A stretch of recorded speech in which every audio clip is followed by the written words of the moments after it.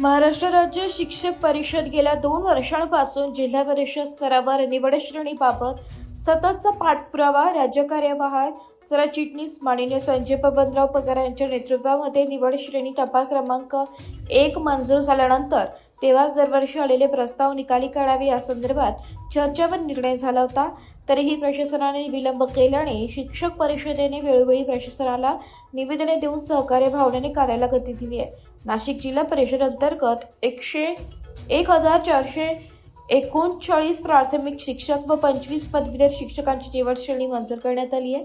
त्यासाठी मुख्य कार्यकारी अधिकारी ओमकार पवार, उपमुख्य कार्यकारी अधिकारी महेश पाटील, शिक्षणाधिकारी सरोज जगताप, उपशिक्षणाधिकारी भास्कर कनोज, सहाय्यक प्रशासन अधिकारी महेंद्र पवार, कनिष्ठ सहाय्यक अधिकारी चंद्रशेखर वैष्णव, वरिष्ठ सहाय्यक सलीम पटेल, कनिष्ठ सहाय्यक रोहित शिंदे तसेच नितीन पवार, अनिल दराडे याही अधिकाऱ्यांची विशेष सहकार्य लाभले।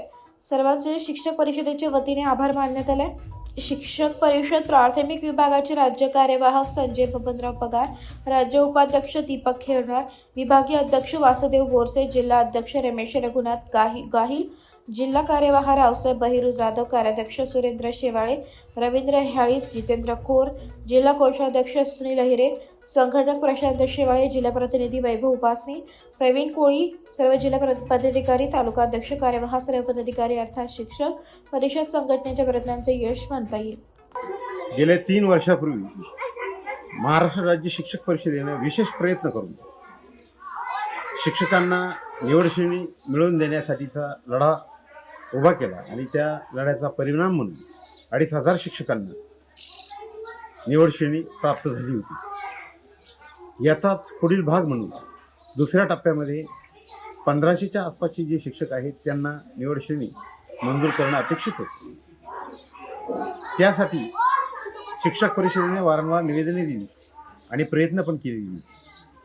पहिल्या टप्प्याच्या वेळेस शिक्षक परिषदेने केलेला जो प्रयत्न होता त्यापेक्षा दुसऱ्या टप्प्याच्या वेळेला केलेला प्रयत्न हा थोडासा पहिल्या टप्प्यापेक्षा कमी केलेला होता। या कारण अशा स्वरूपाची होती की मुळात आपल्याला असं अपेक्षित आहे की पुढे जाऊन कोणत्याही संघटनेला प्रयत्न न करता प्रशासनानेच सदरची निवड श्रेणीची मंजुरी जी आहे ती स्वतःहून करणं अपेक्षित आहे।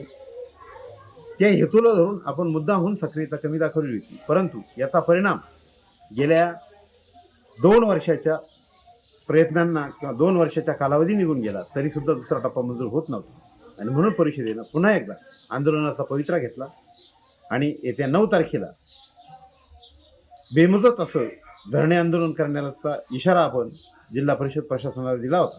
त्याचा परिणाम म्हणून जिल्हा परिषदेने सदरची यादी ताबडतोब मंजूर करून प्रसिद्ध केलेली आहे।